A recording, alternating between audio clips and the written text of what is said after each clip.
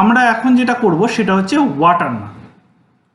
MS ওয়ার্ডে watermark apply করা। ওয়াটারমার্কটা কি? ওয়াটারমার্ক মানে জলছাপ।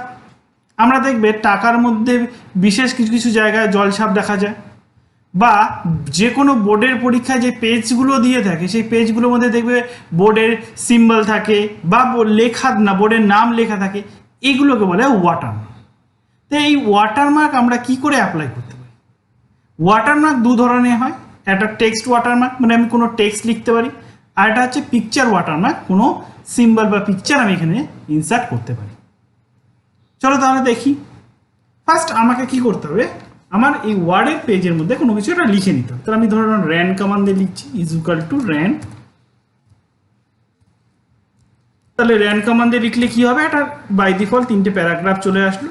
3টে প্যারাগ্রাফ এসে যাওয়ার পরে আমি এর মধ্যে ওয়াটারমার্ক অ্যাপ্লাই। ওয়াটারমার্ক অ্যাপ্লাই করার জন্য আমাকে কি করতে হবে, ওয়াটারমার্ক অ্যাপ্লাই করার জন্য এখান থেকে আমি চলে যাব page layout tab. Page layout ট্যাবের থেকে চলে আসবো ওয়াটারমার্ক। ওয়াটারমার্কে যাওয়ার পরে কাস্টম ওয়াটারমার্ক।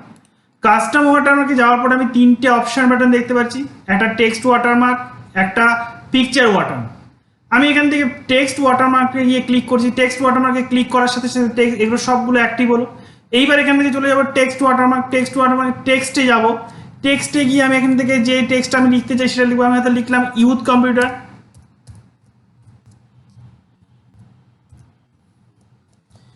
লেখার পরে এখান থেকে আমি চাইলে লেখার ফন্ট স্টাইলটাকে চেঞ্জ করতে পারি। ফন্ট স্টাইলটাকে করে দিই চেঞ্জ।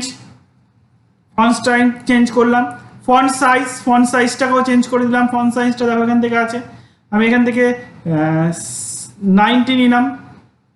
ফন্ট কালার, এখান থেকে কালারটা নিয়ে নিচ্ছি।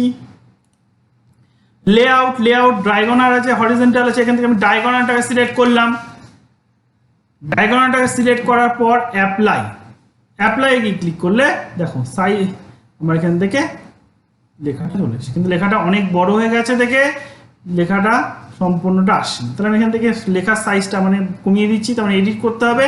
আবার সেই ওয়াটারমার্ক, এখান থেকে কাস্টম ওয়াটারমার্ক, সাইজটাকে 90 ছিল, হয়তো করে দিচ্ছি 60 করে। ওকে অ্যাপ্লাই ক্লোজ। দেখো ওয়াটারমার্কটা। এবার লেআউটটাকে যদি হরিজন্টাল করে দিই তাহলে হরিজন্টাল পজিশনে থাকবে। হরিজন্টাল করে দিয়ে অ্যাপ্লাই করলে হরিজন্টালি আসবে, ভার্টিক্যাল করলে ভার্টিক্যাল দিয়ে ক্লোজ। এরপরে যদি এটাকে রিমুভ করতে চাই, রিমুভ করার জন্য ওয়াটারমার্ক, এখান থেকে রিমুভ ওয়াটারমার্ক করতে পারি, তাহলে রিমুভ হয়ে যাবে। অথবা কাস্টম ওয়াটারমার্কে গিয়েও নো ওয়াটারমার্ক সিলেক্ট করতে পারি। এইবার যেটা আমরা অ্যাপ্লাই করব ওয়াটারমার্কের মধ্যে পিকচার ওয়াটারমার্ক। কি করব, পেজ লেআউট ট্যাব থেকে ওয়াটারমার্ক, এখান থেকে চলে আসবো কাস্টম ওয়াটারমার্ক। কাস্টম ওয়াটারমার্কে আসার পর পিকচার ওয়াটারমার্কে গিয়ে ক্লিক করব, অপশন বাটনটা। পিকচার ওয়াটারমার্কে ক্লিক করার সাথে সাথে সিলেক্ট পিকচার বাটনটা অ্যাক্টিভ হচ্ছে। এইখানে গিয়ে ক্লিক করব। ক্লিক করে আমার যেই পিকচারটা দিতে চাই সেটা দেব। আমি একটা ডেস্কটপে একটা পিকচার রেখেছি, তাহলে আমরা এখান থেকে ডেস্কটপ সিলেক্ট করব। ডেস্কটপ সিলেক্ট করাই আছে, না হলে দেখিয়ে দিই কী করে করব। এখান থেকে ডেস্কটপে গিয়ে ক্লিক করব। ডেস্কটপে গিয়ে ক্লিক করার পর এখান থেকে আমি যেই ছবিটা, আমি একটা কম্পিউটারে ছবি সেভ করেছি পিসি নামে, এটাকে সিলেক্ট করব, করে ইনসার্ট করার পর অ্যাপ্লাই করে নিয়ে ক্লোজ। তাহলে কি হবে, পিকচারটা এখানে চলে আসবে। এখান থেকে আমি গিয়ে ফাইল অফিস বাটন, এখান থেকে প্রিন্টে গিয়ে প্রিন্ট প্রিভিউ করলে আমি এই ছবিটা দেখতে পাবো। এইবার যদি এইখানে এই ছবির পরিবর্তে যে কোনো লোগো ইউজ করতে পারি, সেটাও এখানে চলে আসবে। ঠিক আছে।